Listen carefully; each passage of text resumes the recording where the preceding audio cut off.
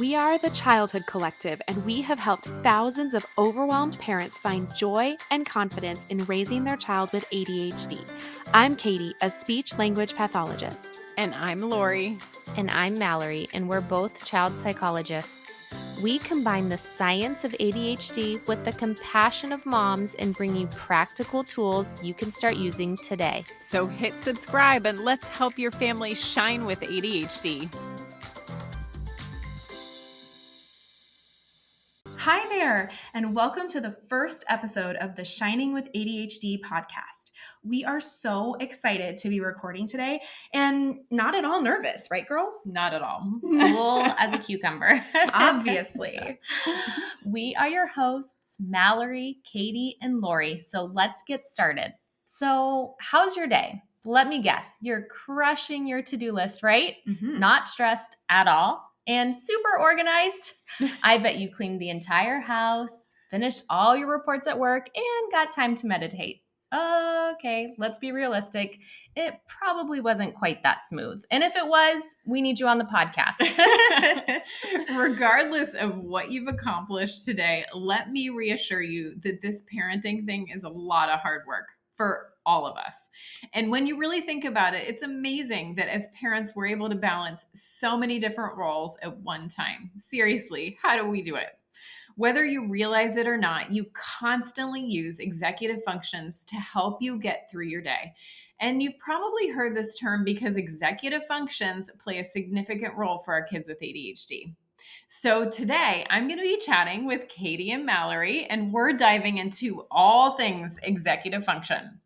So let's get started. Why do people always talk about executive function and ADHD together? So this is really important because executive functions are the primary area that's affected in people with ADHD.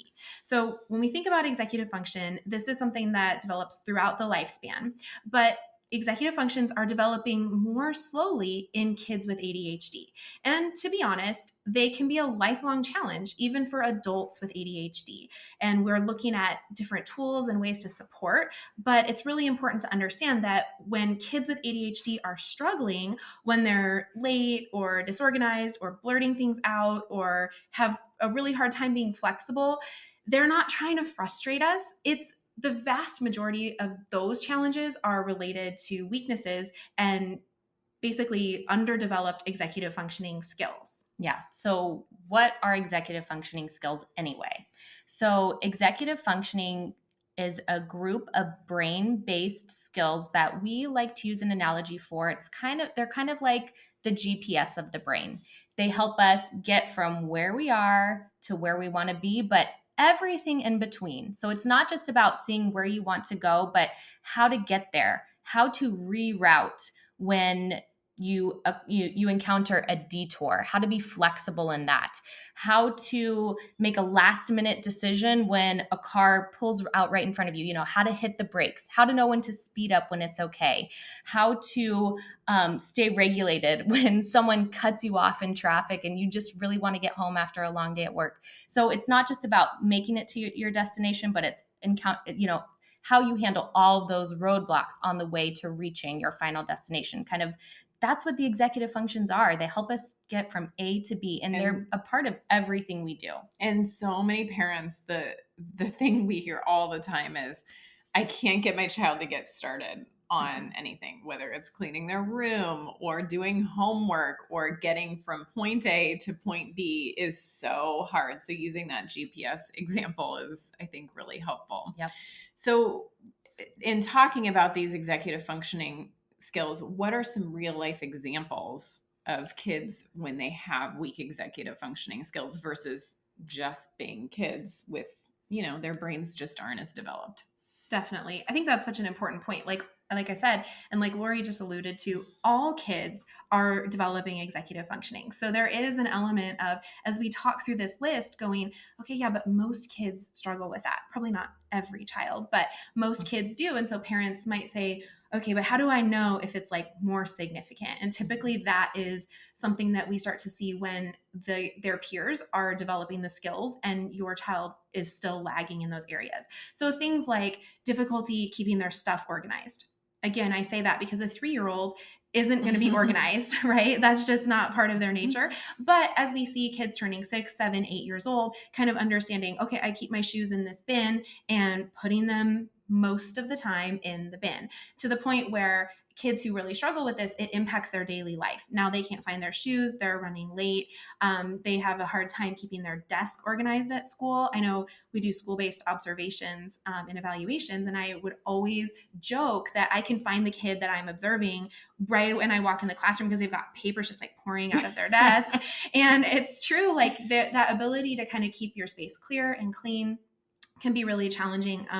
In our house, we have a spot on the couch where I make piles for everyone with their stuff as they leave it throughout the day. And then it's like their job to there's kind of checkpoints throughout the day where they have to put everything away on the couch. And I can tell you, I have one child whose pile is so much bigger than everyone else's because it's just leaving things behind. Like I started this, I got distracted, and I just left all the beads sitting out on the table, and half of them fell on the floor. But the doorbell rang, so I went to go see if my friends wanted to play. A lot of times kids who struggle with executive function, you're going to see a lot of battles over things like chores and homework. And this is a few different executive functions at play. One is the ability to shift. We call it cognitive flexibility. That's an important executive function that helps kids to be able to go from one activity to another, and to make those changes as they go. And another piece of it too is the memory piece. Like when we have kids start their homework and they say, but it's going to take 2 hours. And we say, but you only have 5 math problems. You did 5 math problems yesterday, and it was only 10 minutes. Mm-hmm. And so that working memory and being able to apply like the past to the future and say, oh, I know that this is no big deal. That's an executive function. And that's really challenging for kids. And that problem of not knowing how long it's going to take yes. can lead to really big emotions then. Yes. Because I'm all of a sudden overwhelmed and frustrated because I have to sit down and do this math worksheet that's literally going to take me the whole night. Yes. And it's kind of that building up in your mind, oh my gosh, this panic sensation. And for parents, it feels like it comes out of nowhere. Like we always do our homework. Why is this so hard? Another example is the kids that go in the shower and they know how to wash their hair. They know how to wash their body, but somehow, they'll end up in the shower for 20, 25 minutes and you pop in and you say, hey, are you ready to get out? And they're like, I haven't washed my hair. Or done anything. I've actually drawn something really pretty on the glass door for you if you want to see. So that's executive functioning, that ability to regulate and say, okay, I'm getting in the shower. What are the steps I need to take? I need to start, to Lori's point, I need to start those steps and I need to keep going until I'm completed with those tasks. And this is like funny, but it's also really challenging because parents are going, oh my gosh, like you've been in the shower for 20 minutes. We're wasting water.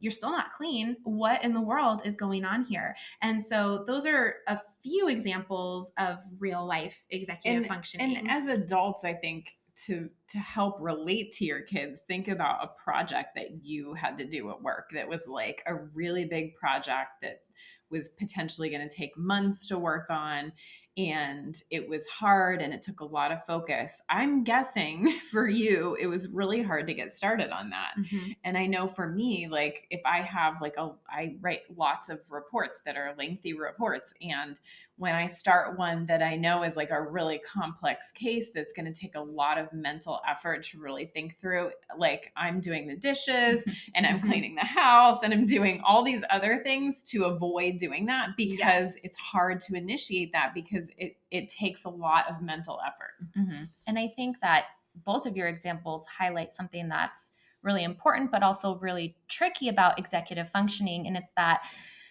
one task requires lots of different executive functions. It's not just, oh, this task requires working memory. It's not this task requires flexibility. It's no, like these tasks require like all of the executive functions to work together. And some people, some areas of executive functioning, maybe they're doing fine. It's not a problem, but there's weaknesses. So we all have strengths in executive function and we all have weaknesses in different areas. Mm-hmm. But when it comes down to it, doing school projects, getting yourself ready for soccer, getting out the door in the morning, all of these tasks require lots of executive functions to be working together to get from point A to point B.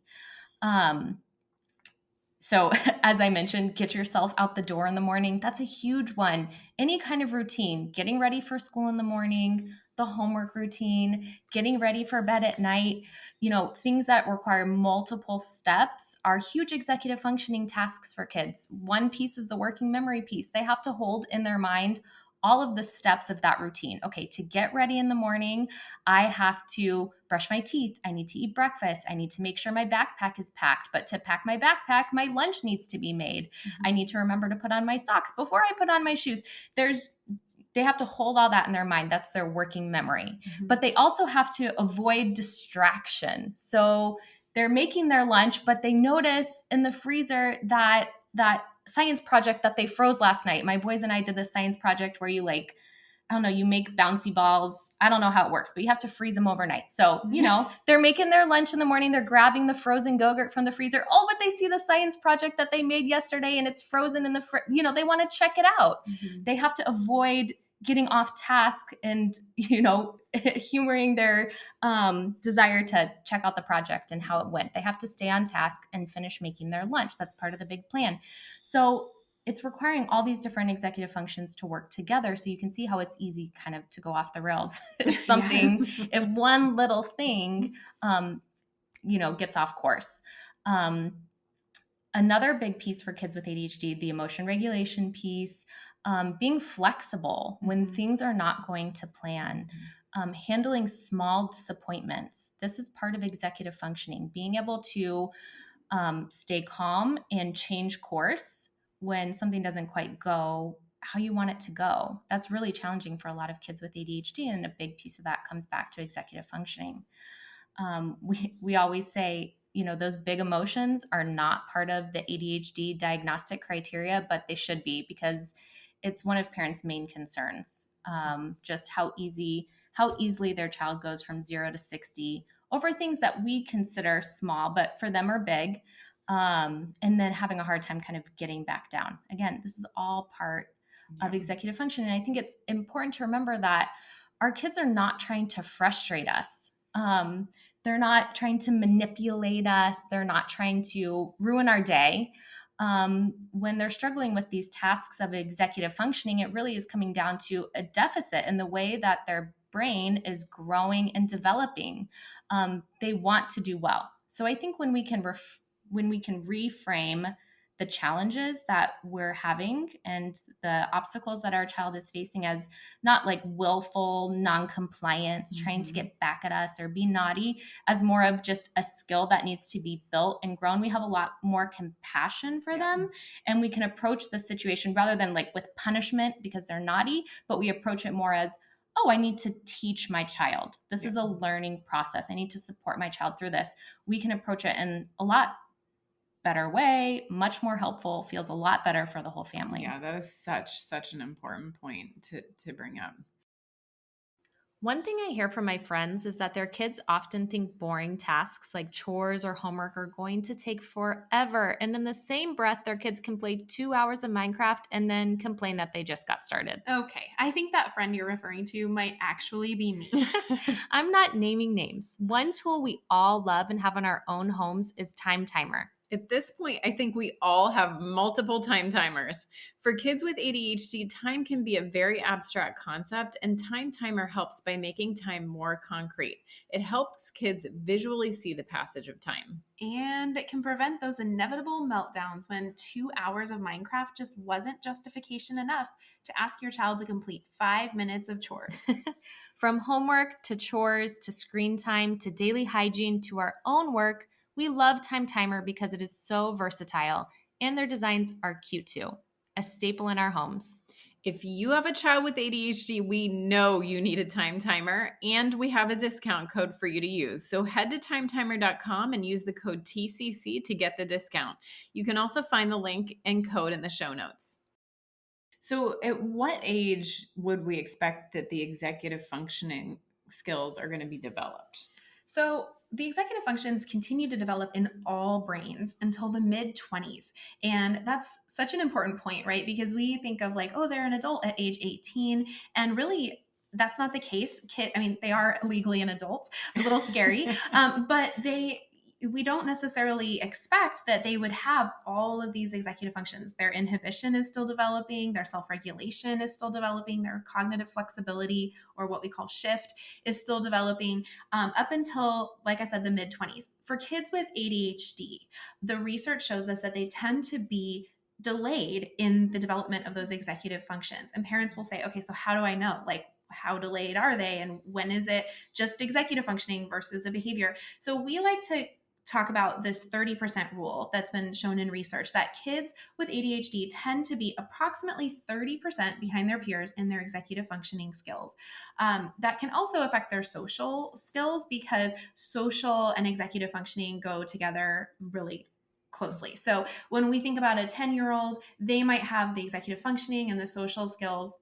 If they have a diagnosis of ADHD, I should say, they might have the executive functioning skills more like a 7-year-old, or your 9-year-old might have executive functioning skills more like a 6-year-old. So when we see that they're not being flexible, or they're not able to shift, or they're forgetting 3 out of the 4 items you ask them to get from their room, this is because their executive functions are still developing, and it is quite a long process. Well, and I think it's also important to think about 30% is like an average, but depending on like the severity of those symptoms, it can be even more than that. I had a kiddo come in for testing, and he's 10 years old, and really his ability to attend to a task was really about 15 minutes, maybe 10, 15 minutes. So again, like in a classroom, if he's being asked to do it for longer than that, I would start to see like a lot of complaining, getting up, even getting tearful, because it was really hard for him to regulate his body to sit in that chair and to sustain attention for beyond that. He, would do it. And then when it got to that point, it was like we'd had to have a break for him to be able to regulate. So again, really trying to dial in, like, what is our kids' how long can they attend to a task before we start to see some of those like behaviors or emotions coming out. And that's going to give us an idea of how to change up tasks to kind of help them too. Right. I think that's so important. You don't necessarily need to lock into the 30%, but it's really what can they do at this point? And that is the starting point where you're going to start from. Yep. So what are some things, again, that parents can do right now to develop their kids' executive function?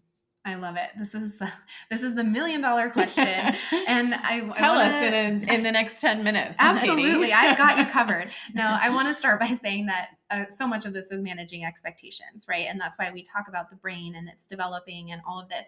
But one of the things I like to share with parents is to do less, and they kind of look at me like, "What does that mean?" But I'm totally serious. So I think that, as parents, I know for myself, my kids are 6 and 8, and my tendency is often to like problem solve for them, or I see that dirty towel on the floor and I just scoop it up and hang it on the towel rack for them.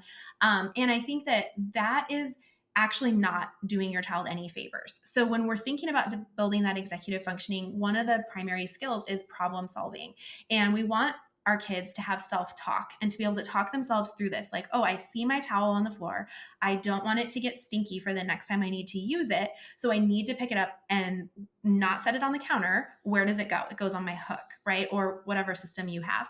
And so I think as parents, we can back up a little bit and pause. And there's a lot of power in the pause. So you might bring your child back to the bathroom and say, hey, what does this bathroom need to look like? And you're not prompting them for each individual part of the bathroom. You're going to see if they can come up with, oh, my towel's on the floor. And if they can't, you always have the option to scaffold or prompt a little bit more, like, oh, I see there's a towel on the floor and that's going to get really smelly. But you don't have to jump in to either do it for them or tell them what to do. I feel like there's days, especially when we have company over, where I become kind of like a little bit of a drill sergeant, and I'm like, pick this up, put it all the way away. That's what we call it in my family. Don't put it on the floor of your bedroom, put it all the way away and come right back. And I get into this kind of like barking little orders, and it's necessary to do that at times, I'm going to be honest, but we don't that's not teaching my kids any executive functioning. I'm aware that at that moment, my goal is to have a clean house for the in-laws coming. I don't care if I'm building their executive function in that moment, but I'm aware to know that when I want to build that skill every day after school, I'm not going to say, get your backpack, pick it up, put it on the hook, get your lunchbox, put it in the sink so I can wash it. Like, we need to kind of pause and say, what is it going to look like when you're ready to go outside?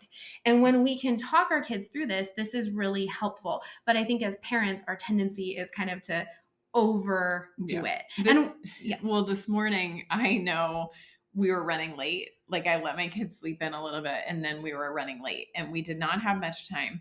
And so my 6-year-old is like, I need help, Mom, with getting dressed. And I find myself like helping her get dressed. She's perfectly capable of getting dressed on her own, but I'm doing it for her because we're rushed. So I think one thing for me that has been really helpful is I need to get up early in the morning. Yes. I need to set the alarm earlier because if I give us a little bit more time, that actually allows my child to have the ability to practice independence because we're not rushed. Yes. And I think that's really such an important point is like we have to give ourselves grace. So again, there's going to be that day where you're just putting socks on your kid and you're late and you have to do it. And that's just real life. You know, we could act like we're so perfect and we never ever become a drill sergeant, but we do. And I do, I should say, not we, I do. We do and too. I'm so glad to not be alone in that. But I think that's really kind of when we're striving for how do we want the afternoon to look or what do we want the morning to look like, that's something to keep in our mind. And we do have a lot of tools about this in our online course, Creating Calm, to really help parents to set up those routines and set up the space in a way that helps our kids build executive functioning. Yeah. And I think the goal here is twofold.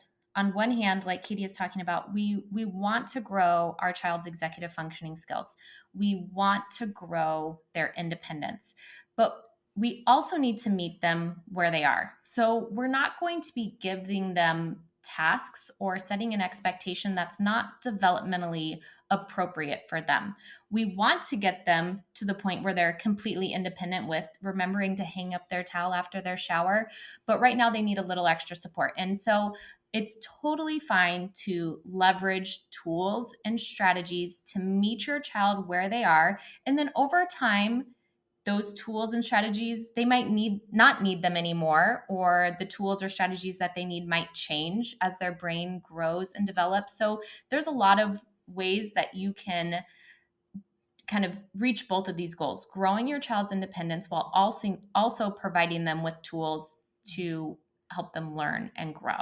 And so, for example, one of the tools that we love, and all of you loved if you follow us on Instagram, is this morning routine visual tool where in a drawer in the bathroom or on the counter, there's 2 baskets. One basket holds all of the items that your child needs to get ready in the morning. Their toothbrush, their toothpaste, their hairbrush, anything else, deodorant. Please use the deodorant. Our kids are getting into that now. Oh my gosh. Like, oh my gosh, you're 8. Why are we dealing with this? I know. I'm like, are we seriously adding something else to the morning routine? Yeah, actually, a PSA is that the doctor told me that my daughter should be putting on deodorant before bed. She said in America, we put deodorant on incorrectly. What? Why is that? I don't know, but my mind was completely blown. Well, I think adults maybe now not. My mind is blown. We shower in the morning, right? So I feel like deodorant comes in the morning. We shower at night. Oh, well, the kids shower at night. So then you do the deodorant after the shower. I don't know. Okay. I was completely shocked, but I'm like, please don't add anything else to our basket. But we did add some native deodorant to our basket.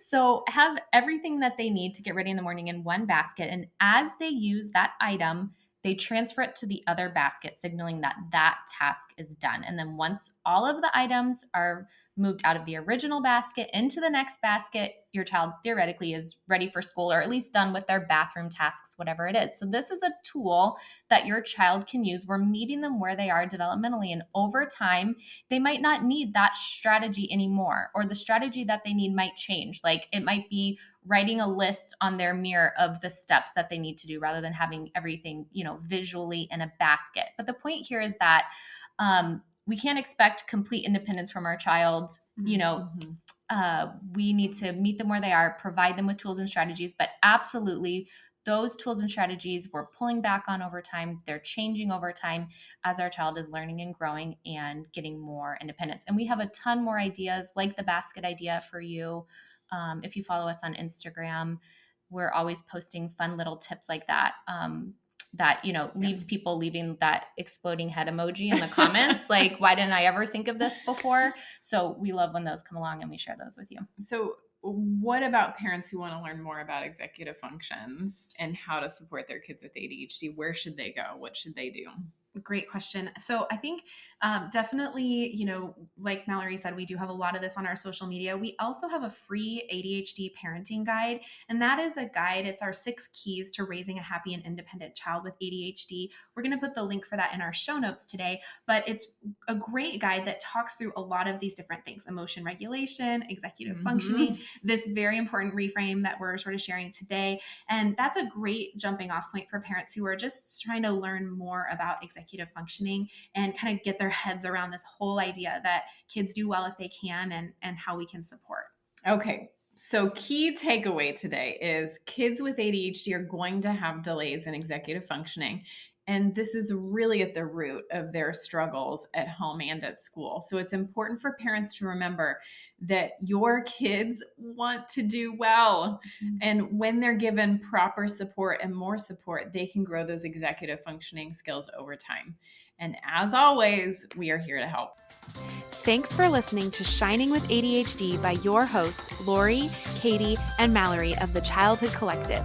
If you enjoyed this episode, please like this video and hit subscribe so you can be the first to know when a new episode airs. If you are looking for links and resources mentioned in this episode, you can always find those in the show notes. See you next time.